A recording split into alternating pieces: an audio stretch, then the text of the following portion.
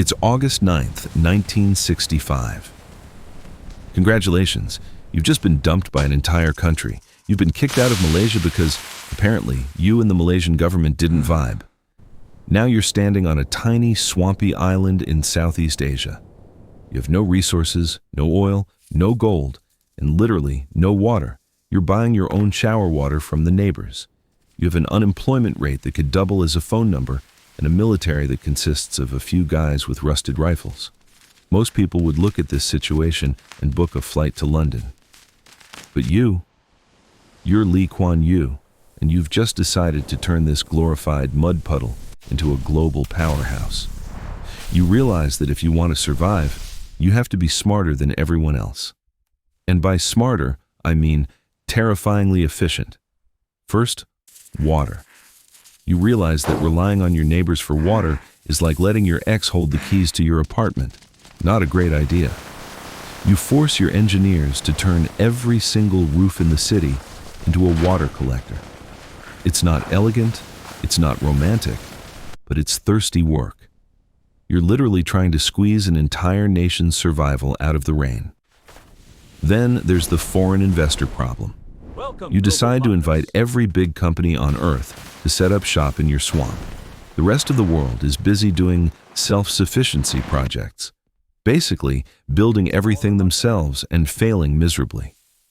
You look at them and say, "That's cute, but we like money."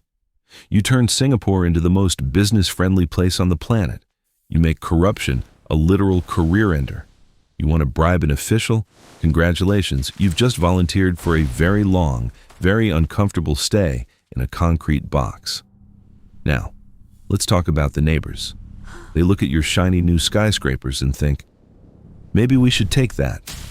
You have no army, so you decide to make your country poisonous to swallow. Every young man in the country is forced into the military. You spend so much on defense that if a giant wanted to step on you, they'd trip over your missile systems.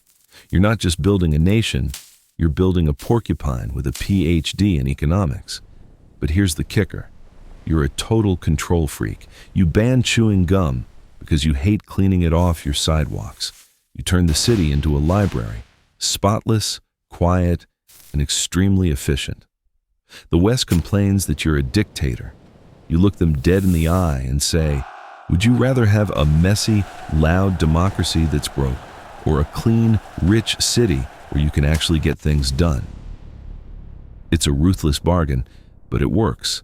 The slums are gone, the skyscrapers are touching the clouds, and your GDP just crossed the finish line of first world. 50 years later, you've out-earned the very British Empire that used to run your island.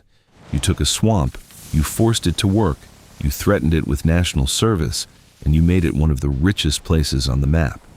So, let's play the game.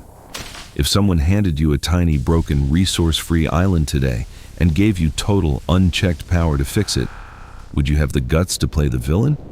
Or would you just watch it sink? The choice is yours. And remember, in the real world, the only thing more dangerous than being poor is being boring.